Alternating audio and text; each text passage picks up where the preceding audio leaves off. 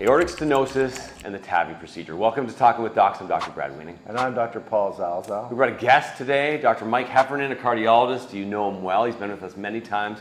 He's going to talk to us all about this procedure. If you have a comment, you have an experience with this, you have this, please share it with us. It's really important for other viewers to know that people out there are dealing with the same thing as they are. So, Mike, let's start at the very beginning. Yep. What is aortic stenosis? So aortic stenosis, so let's go back even a little further. Even further. All right. Yeah. So you've got your heart. Yep. You've got four chambers in the heart, and each of them have a set of doors. Okay. And the whole key about the heart is you need to move blood through, and you need to move it through in a single direction. So these doors open, the blood goes through, the doors snap shut. So that way the blood keeps moving through in a single direction. So one-way doors known as valves. One-way doors known as valves, or for people who are mechanically inclined, like check valves. So Okay. Check valve. Open, shut, prevent things from going backwards. Check. So check. And so the last door is the aortic valve. Okay. And so for most of us, we have about 100,000 heartbeats a day. And so this has been, this opens and closes 100,000 times a day, and Yep. it's been doing, the age of your viewers probably range from maybe 30 to 95. Yes. That's like our fridge door. We have teenagers at home. Yeah. That's right. It takes about 100,000 times a day. So think about the hinges in that door. Right. Eventually they'll give. And so that's what happens with calcific aortic stenosis, Okay. is that over time, this valve just gets a lot of wear and tear for some individuals. And so it just doesn't open as well as it should. So if it's supposed to open and swing open like at my elbows like this, if you have aortic stenosis, it only kind of swings open like that. Right. And so the hole is smaller, so not enough blood gets in. Okay, so this is going from the left side of your heart. So this is blood that has oxygen in it from your lungs, going out to the rest of your body to feed your muscles and your organs and your brain.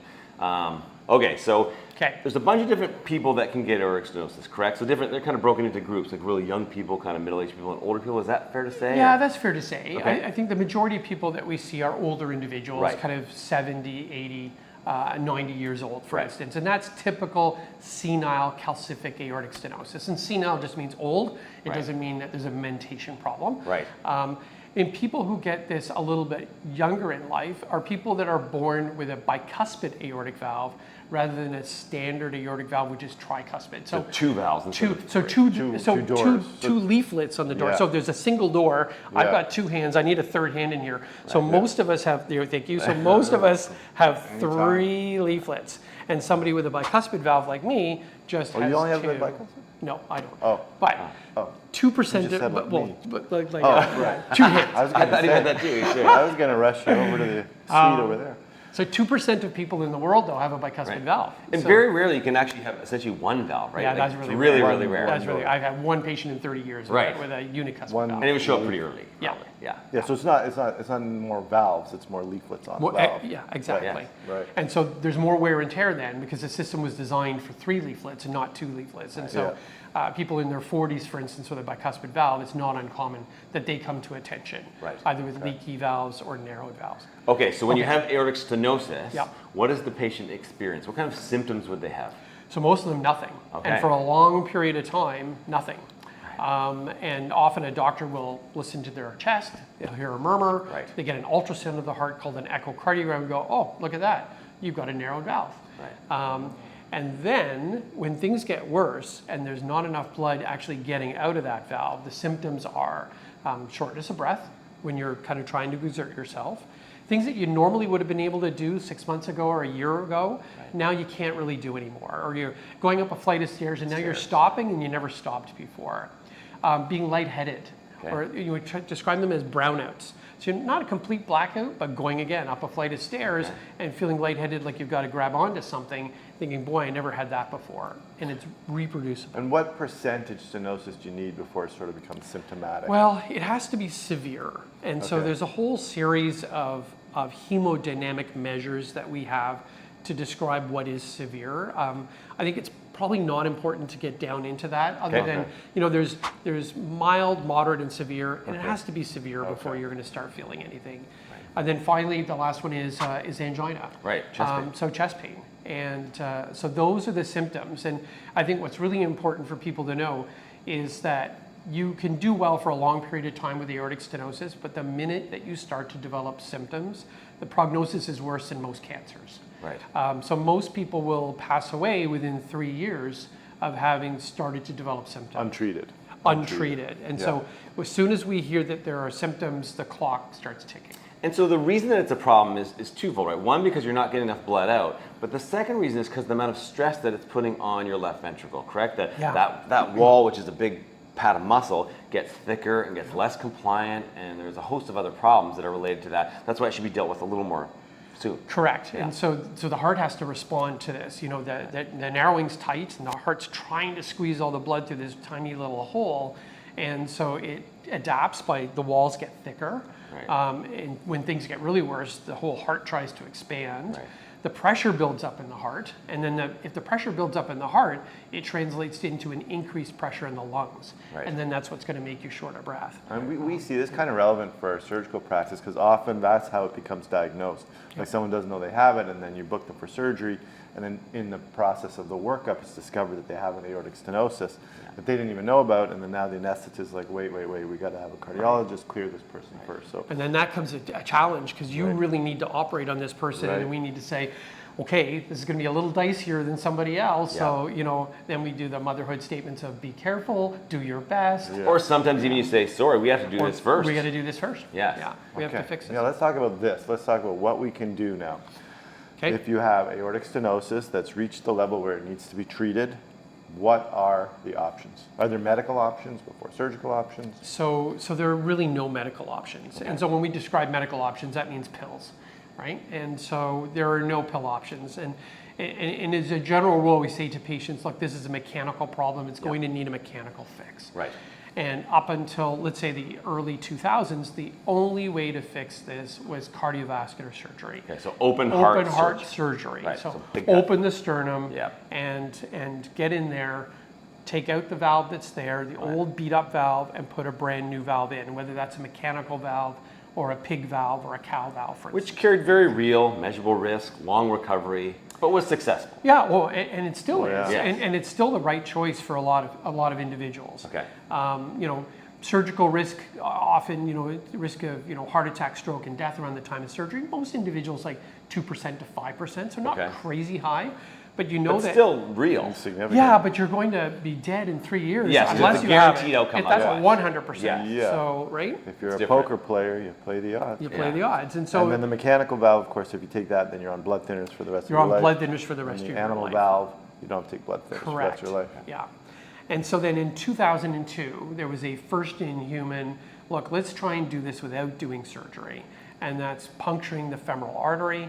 And we can get into the details of this, but fishing up a new valve and crush it open over the old valve. And then, so that's what a TAVI is, or a transcatheter aortic valve implantation. That's the term used in many countries, Europe, Canada, etc. You know, I know you must have a number of American viewers. Yep. So folks in the United States would hear this as TAVR, so transcatheter aortic valve replacement. So it's really implantation or replacement, implantation or replacement. It's potato and potato. Right. And so the way that works is you go to essentially the cardiology suite. Yep. You're sedated, you have some local anesthetic, just like you're having an angiogram. Yep. They make a little hole, they thread up a guide wire, and then they go to that valve that's really stiff and obstructed, and then usually they use a balloon Right. to open it up. So first step is balloon expansion. So some people say, well, why can't you just open it up with a balloon and then just let it be bigger that way? Oh, we used to do that. Right. Yeah. And what happened? So people died. Right. Don't do that way. So anymore. no It failed quickly. moratorium on that. It failed quickly. It was Intraoperatively miserable. failed or afterwards? Like did they die during the procedure or they died shortly after? 'Cause they No, were- usually shortly after. Right. It just really wasn't successful. Yeah. And that's because you don't have a one-way traffic anymore now. You got Yeah, blood's then going you back. had blood flowing back the wrong way. Right, It yeah. was very crude, and you're just crushing the valve open. A valve that really wasn't working well anyway. Right, so you're relying on a crabby valve after expanding. And so kind of early 2000s. Yep. Certainly here in Canada, there was a moratorium saying not doing this anymore. Okay. Yeah, that's out. And so, but even before you get to the TAVI and the idea that, okay, should this person have surgery, conventional surgery, or SAVR, a surgical aortic valve replacement, or should this patient actually have a TAVI or a TAVR, there's a huge discussion that comes into play. And this is a team approach. In most big centers, ours included, our regional center, which is Trillium Health Partners down the road, there is a heart team. Okay. And so the heart team involves a cardiovascular surgeon, involves the interventional cardiologist, involves a radiologist, and of course involves the patient. Right. Because not everybody is suitable for a TAVI. And one of the key steps in making that decision is actually doing a CAT scan of the heart. Okay. So, because some people just can't have a TAVI because there's too much calcium, because there's big chunks of rock, and so when you expand a new valve in the place of the old valve, it's not going to work. It's going to be super leaky. It's not going to be durable. Right. Some people, you've got your aortic valve, and the aorta comes right up. The first set of arteries, trick question for the medical students, first set of arteries that come off the aorta are the coronary arteries. Feed your heart. Yeah, they feed your heart, and they're right there. And so some, depending on where your coronary arteries are, or where they come from, a TAVI procedure could obstruct it. Okay. You open this thing up, and the leaflets all snap open, and there's a little bit of a cuff or a sleeve, and it'll just occlude the arteries well. The valve will work great, but you'll have a heart attack. Right. Good news, bad news situation. Yeah. Good news is we fixed your valve. Yeah. Bad news is you had a heart attack. Yeah. You don't need the valve anymore. And all that can be sorted out by doing the CAT scan first. Right. And so the radiologist will say, hey, look, this is what here's the situation. This is a go or a no-go. Yep. And then if it's, okay, you know what, TAVI's reasonable. Now it's, okay, what kind of valve are we going to put in? Okay. It's issues about sizing it. Right. Some valves are balloon expandable, so you kind of go in and you use a balloon to open up the brand new valve over where the position where the old valve is. And some of the valves are kind of naturally expandable. You don't actually have to use a balloon at all. It has a natural shape to it. And so as soon as you unsheath it, it goes bloop. Right, because it goes in quite small, obviously, to get through the small vessel. Yeah, you compress it. Yes. And this one you just kind of pull back in the sheath, and it's like an umbrella self-expanding, and it just goes bloop. Amazing. So you can understand that the position is key. Yeah. You need to open this thing up And exactly this is where you're it doing needs under to be. X-rays at your fluoroscopy to know, hey, this is very like millimeters kind of thing. Millimeters. Yeah. Millimeters. Wow. Yeah. And then obviously the recovery from a TAVI, and the advantage of the TAVI is the recovery is so much quicker than an open heart procedure. That's exactly it. Right. And so we know that, most people who are having a TAVI procedure go home the next day or maybe the day after. Okay. We ask them not to do too much in, a few days following. Not so much because of the heart, it's because we've punctured their femoral artery. Right. We don't want them to go running or lay new patio stones or build a deck. It's like, take it easy for, a week and let's let all of this heal. What holds it in place? Just interference fit, essentially. And then your body kind of grows some scar tissue onto it, Absolutely. I'm assuming? Okay. That's exactly it. The flip side is if you have a traditional surgery, which is the right option for many individuals as well, especially young individuals, if you need to have cardiovascular surgery, that's a 5 to 7 day stay. And a sternotomy, which is incredibly painful. Anyone who's had a sternotomy will attest to the fact that it is very painful. Yeah. Because this sternotomy is just that, cut the sternum and then wire it back together again, and every breath you take, sting, right? Yep. Every breath you take, you're going to feel that sternum moving a little bit, and that hurts a lot. For 6 weeks. Yeah. Yeah. So that's TAVI and surgery, and then Yep. and then finally, the question is, well, what should I get? Well, is one better than the other? Right?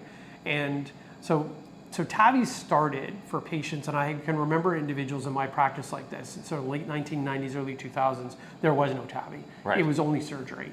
But if you had, frail, elderly individuals, there was no way they could be sent for surgery. Right. There was no option for them. So they were destined, unfortunately, to pass away, yeah. and incredibly sad. Yeah. But so that's where TAVI started. It's like, look, this is not a surgical case, but let's see if we can get this person through. And it was really good and very successful. So we moved from prohibitively high-risk patients to then high-risk patients to then intermediate risk patients. And now we've moved into what is considered low-risk patients in doing TAVIs because the success rate has been pretty much equal to surgical intervention all the way through. Okay. So it lasts just as long. So that's the only issue. So I'll tell you that mortality or the risk of death is the same. The risk of stroke is the same. Bleeding risk would be lower with a TAVI, for instance. Improvement in function is the same as Improvement far as... in function would be the same. Yep. But part of the problems is there are other things that come in with TAVIs that are at higher risk. And that is having to put a pacemaker in, for instance. That is not very common if you have a surgical Right. aortic valve replacement. It's more common if you have a percutaneous aortic Why valve is that? Are you replacement. disrupting, obviously, the conductivity mechanism somehow? And all the wiring runs down through there. And so Right. when a surgeon's replacing the valve, it's a very discrete area. Right. But in this situation, you're crushing a much larger field, Right. and you have a much greater chance of actually disrupting the And that's the a conduction subsequent system. pacemaker. You figure that out after the fact. Say, okay, now we need a pacemaker. Yeah. And is that for AFib, for atrial fibrillation? Is that why they're getting a pacemaker, or because No. of a lot of bradycardic Lower episodes? heart block. Okay, heart Yeah, blocks. heart block. Okay. So we routinely screen for patients after TAVIs, Right. hunting around looking to see. What if kind of they've got incidents are we talking about? It depends on the valve. Okay. So Like brand, you mean? a brand type, expandable, not expandable. Okay. Let's say 10%. Okay. It's going to be plus and minus depending Sure. on the type of valve, but it's fair to say, it could be as high as 10%. It's getting better though. Okay. It's definitely getting better, and then some of the newer valves were down to about 4% Okay. of needing that. But you're still winning. You got the valve. And you're alive. And you're alive. Got the Now value you of have a and you're pacemaker. live and you're feeling fantastic. Yeah. Okay. To Paul's point before, are you on a blood thinner after you have these kind of procedures? You are not. Not. You're not on things like warfarin. Yeah. But we do put you on antiplatelet agents, Okay. so things like Plavix or aspirin for a period of time. Right. But it's a relatively short period of time, and then we stop it. Not lifelong. It's Okay. not lifelong. No. Okay. So now, can you give us an estimate? As I know, in the early days, it was only for the very high risk that had the TAVI, and then we gradually increased the indications for a TAVI.